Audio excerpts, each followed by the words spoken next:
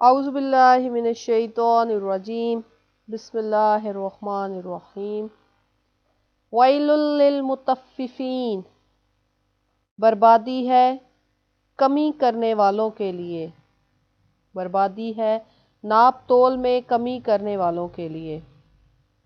الذین اذا اکتالوا علی الناس یستوفون، کہ جب وہ لوگوں سے ناپ کر لیتے ہیں تو پورا پورا لیتے ہیں۔ وَإِذَا قَالُوهُمْ أَوْ وَزَنُوهُمْ يُخْسِرُونَ، اور جب لوگوں کو ناپ کر یا تول کر دیتے ہیں تو ان کو نقصان پہنچاتے ہیں۔ یعنی ایسے لوگوں کے لیے بربادی ہے کہ جو ناپ تول میں کمی کرتے ہیں، جنہوں نے جب کوئی چیز خریدنی ہوتی ہے تو وہ پوری پوری ناپ تول کر لیتے ہیں، لیکن جب وہ لوگوں کو انہوں نے کوئی چیز ناپ کر فروخت کر کر دینی ہوتی ہے تو وہ ناپ تول میں کمی کر دیتے ہیں اور لوگوں کو نقصان پہنچاتے ہیں۔ الا یظن اولئک انہم مبعوثون، کیا وہ اتنا خیال بھی نہیں کرتے کہ انہیں قبروں سے اٹھایا جائے گا؟ لیوم عظیم، ایک بڑے دن کے لیے۔ یوم یقوم الناس لرب العالمین، جس دن لوگ کھڑے ہوں گے پروردگار عالم کے سامنے۔ ان کفار کے دل میں روز قیامت کی باز پرس کا کوئی خوف نہیں۔ اگر انہیں اتنے بڑے خوفناک اور ہولناک دن کی آمد کا یقین ہوتا تو وہ سب بارگاہ الہی میں حاضر کیے جانے کی امید رکھتے، اس پر یقین رکھتے اور اپنی بدعمالیوں پر باز پرس کا خوف رکھتے اور ان جرائم کا ارتکاب نہ کرتے۔ کلا ان کتاب الفجار لفی سجین، یہ حق ہے کہ بدکاروں کا نامہ عمل سجین میں ہوگا۔ وما ادراک ما سجین، اور تمہیں کیا خبر کہ سجین کیا ہے؟ کتاب مرقوم، یہ ایک کتاب ہے لکھی ہوئی۔ وہ یہ نہ سمجھے کہ قیامت تو بہت عرصے کے بعد آئے گی، اس وقت تک کسے یاد رہے گا کہ کس نے کیا کیا، اور وہ صحیفے جن میں ان کے اعمال لکھے جا رہے ہیں وہ بھی پرانے ہو کر خراب ہو جائیں گے، پھٹ جائیں گے۔ ان کی اس غلط فہمی کو دور کیا جا رہا ہے اور ان کے لیے ایک بہت بڑا دفتر ہے جس کا نام سجین ہے۔ جب یہ مر جائیں گے اور ان کے اعمال کا سلسلہ ختم ہو جائے گا تو ان کے تمام اعمال اس بڑے دیوان میں محفوظ کر دیے جائیں گے۔ اس لیے ان کے کاموں کے فراموش ہونے یا ان صحیفوں کے پرانا ہونے کا سوال ہی پیدا نہیں ہوتا۔ سجین سے مراد وہ کتاب ہے جس میں تمام برے اعمال لکھ کر محفوظ کر دیے جائیں گے، جس میں اہل جہنم کے نام لکھے جائیں گے اور ان کے اعمال لکھے جائیں گے۔ سجین ایک ایسی جگہ کا نام ہے جہاں دوزخیوں کی روحیں ہوں گی، اور اس مقام کا نام ہے جہاں کفار کی روحیں ہوں گی۔ وَيْلٌ يَوْمَئِذٍ لِّلْمُكَذِّبِينَ، تباہی ہوگی اس دن جھٹلانے والوں کے لیے۔ الَّذِينَ يُكَذِّبُونَ بِيَوْمِ الدِّينِ، جو جھٹلاتے ہیں روز جزا کو۔ وَمَا يُكَذِّبُ بِهِ إِلَّا كُلُّ مُعْتَدٍ عَصِيمٍ، اور نہیں جھٹلایا کرتا اسے مگر وہی جو حد سے گزرنے والا گنہگار ہے۔ یعنی اللہ کے دین کو اور اللہ کی کتابوں کو اور ان حقیقتوں کو اور روز جزا کو وہی جھٹلاتے ہیں جو حسد کرنے والے ہیں، جو حسد میں حد سے بڑھنے والے ہیں۔ نبی کریم صلی اللہ علیہ وآلہ وسلم نے فرمایا کہ جب بندہ گناہ کرتا ہے تو اس کے دل پر ایک سیاہ داغ بن جاتا ہے۔ اگر وہ بندہ توبہ کرے اور اس گناہ سے باز آ جائے اور استغفار کرے تو اس کا دل صاف ہو جاتا ہے، لیکن اگر وہ بار بار وہ گناہ کرتا رہے تو وہ داغ بڑھتے جاتے ہیں یہاں تک کہ اس کے سارے دل کو گھیر لیتے ہیں۔ جس طرح نیک اعمال اچھے کام کرنے کے نتیجے میں انسان کے اندر نورانیت پیدا ہوتی ہے، دل شفاف ہو جاتا ہے، اسی طرح بدکاریوں اور نافرمانیوں کی وجہ سے دل گردآلود ہو جاتا ہے، یہاں تک کہ اس کی چمک بالکل ختم ہو جاتی ہے۔ اب ان سرکشوں کا دل تو اتنا تاریک ہے کہ ان پر اللہ تبارک و تعالیٰ کی آیتیں کوئی اثر نہیں کرتی، وہ اللہ کی آیتوں کو جھوٹی کہانیاں اور افسانے خیال کرتے ہیں، اور وہ بڑی بے حیائی سے قیامت کا انکار کرتے ہیں، اور اسی انکار کی وجہ سے وہ اس گناہوں کی دلدل میں پھنستے جا رہے ہیں۔ اذا تتلی علیہ آیاتنا قال اساطیر الاولین، کہ جب پڑھی جاتی ہیں ان کے سامنے ہماری آیتیں تو کہتا ہے کہ یہ تو پہلے لوگوں کے افسانے ہیں، یعنی وہ اللہ کی آیتوں کو افسانہ خیال کرتے ہیں، کہانی خیال کرتے ہیں۔ کلا بل، نہیں نہیں، در حقیقت، رون علی قلوبہم ما کانوا یکسبون، زنگ چڑھ گیا ہے ان کے دلوں پر ان کے کرتوتوں کے باعث جو وہ کیا کرتے تھے، ان کی حرکتوں کے باعث جو وہ کیا کرتے تھے۔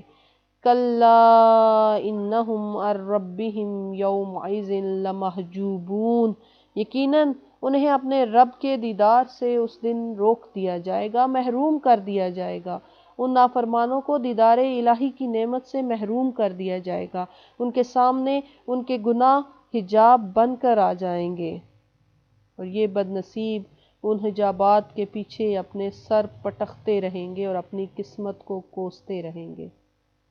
ثم انہم لصال الجحیم، پھر وہ ضرور جہنم میں داخل ہوں گے۔ ثم یقال ھذا الذی کنتم بہ تکذبون، پھر ان سے کہا جائے گا کہ یہی وہ جہنم ہے جس کو تم جھٹلایا کرتے تھے۔ کلا ان کتاب الابرار لفی علیین، یہ حق ہے نیکوکاروں کا صحیفہ عمل علیین میں ہوگا۔ وما ادراک ما علیون، وما ادراک ما علیون، اور تمہیں کیا خبر کہ علیون کیا ہے۔ اب جس دیوان میں صالحین کے اعمال کو لکھ کر محفوظ کر دیا جائے گا اس کا نام علیین ہے۔ علیین میں تمام صالحین کے اعمال لکھے جائیں گے۔ کتاب مرقوم، یہ ایک لکھی ہوئی کتاب ہے، یہ ایک لکھی ہوئی کتاب ہے، یشہدہ المقربون، حفاظت کے لیے دیکھتے رہتے ہیں اسے مقربین۔ ان الابرار لفی نعیم، بے شک نیکوکار راحت و آرام میں ہوں گے۔ علی الارائک ینظرون، پلنگوں پر بیٹھے جنت کا نظارہ کر رہے ہوں گے۔ اب یہاں پر صالحین کے ساتھ جو لطف و کرم فرمایا جائے گا اس کا بیان ہو رہا ہے۔ تعرف فی وجوہہم نضرۃ النعیم، آپ پہچان لیں گے ان کے چہروں پر راحتوں کی شگفتگی۔ یسقون من رحیق مختوم، انہیں پلائی جائے گی خالص شراب۔ ختامہ مسک، اس کی مہر کستوری کی ہوگی۔ وفی ذالک فلیتنافس المتنافسون، اور اس کے لیے سبقت لے جانے کی کوشش کریں سبقت لے جانے والے۔ ومزاجہ من تسنیم، اور اس میں تسنیم کی ملاوٹ ہوگی، آمیزش ہوگی۔ عینا یشرب بہا المقربون، یہ وہ چشمہ ہے جس سے صرف مقربین پیئیں گے، یعنی کہ اس شراب میں تسنیم کے چشمے کا پانی ملایا جائے گا۔ جنت کی تمام شرابوں سے یہ اعلیٰ درجے کی شراب ہوگی، یہ نہروں میں نہیں بہہ رہی ہوگی بلکہ یہ بند ہوگی میناؤں میں جو کستوری سے جن پر مہر لگی ہوگی۔ اور اس چشمے شیریں یعنی تسنیم کا پانی بھی ہر ایک کو پینا نصیب نہیں ہوگا، یہ صرف ان مقربین کے لیے۔ عینا یشرب بہا المقربون، کہ یہ وہ چشمہ ہے جس میں سے صرف مقربین پیئیں گے۔ ان الذین اجرموا، جو لوگ جرم کیا کرتے تھے، کانوا من الذین آمنوا یضحکون، وہ اہل ایمان پر ہنسا کرتے تھے۔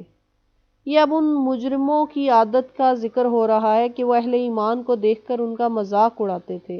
ایک دوسرے کو آنکھیں مار مار کر اشارہ بازی کرتے تھے، اور جب مسلمانوں کی دل آزاری کرنے اور مسلمانوں کو تنگ کرنے کے بعد یہ لوگ اپنے گھروں کو لوٹتے ہیں تو دل لگیاں کرتے جاتے، گویا کہ جیسے انہوں نے بہت بڑا قلعہ فتح کر لیا ہو۔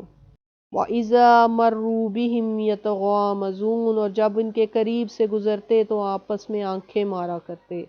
وَإِذَا انقلبوا إِلَىٰ أَهْلِهِمُ انقلبوا فَكِهِينَ، اور جب اپنے اہل خانہ کی طرف لوٹتے تو دل لگیاں کرتے واپس آتے۔ وَإِذَا رَأَوْهُمْ قَالُوا إِنَّ هَٰؤُلَاءِ لَضَالُّونَ، اور جب وہ مسلمانوں کو دیکھتے تو کہتے یقیناً یہ لوگ راہ سے بھٹکے ہوئے ہیں، یعنی وہ مسلمانوں کو راہ راست سے بھٹکا ہوا کہتے۔ وہ مسلمانوں کے بارے میں کہتے کہ یہ تو اپنے خاندانی معبودوں سے تعلق توڑ چکے ہیں۔ وَمَا أُرْسِلُوا عَلَيْهِمْ حَافِظِينَ، حالانکہ وہ اہل ایمان پر محافظ بنا کر تو نہیں بھیجے گئے تھے۔ فَالْيَوْمَ الَّذِينَ آمَنُوا مِنَ الْكُفَّارِ يَضْحَكُونَ، پس آج مومنین کفار پر ہنس رہے ہیں۔ عَلَى الْأَرَائِكِ يَنظُرُونَ، پلنگوں پر بیٹھے کفار کی خستہ حالی کو دیکھ رہے ہیں۔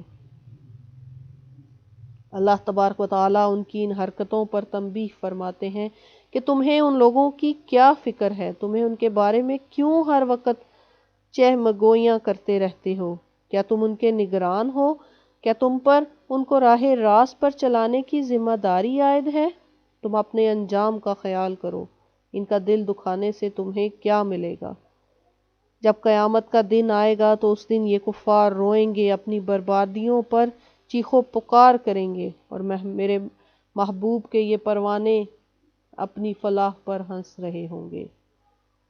فَالْيَوْمَ الَّذِينَ آمَنُوا مِنَ الْكُفَّارِ يَضْحَكُونَ، کہ پس آج مومنین کفار پر ہنس رہے ہیں۔ عَلَى الْأَرَائِكِ يَنظُرُونَ، روسی پلنگوں پر بیٹھے کفار کی خستہ حالی کو دیکھ رہے ہیں۔ هَلْ ثُوِّبَ الْكُفَّارُ مَا كَانُوا يَفْعَلُونَ، کیوں کچھ بدلہ ملا کفار کو اپنی حرکتوں کا جو وہ کیا کرتے تھے۔ اس وقت سب کو پتہ چل جائے گا کہ کافر جو حرکت کرتے تھے اس کا کس طرح انہیں پورا بدلہ مل رہا ہے۔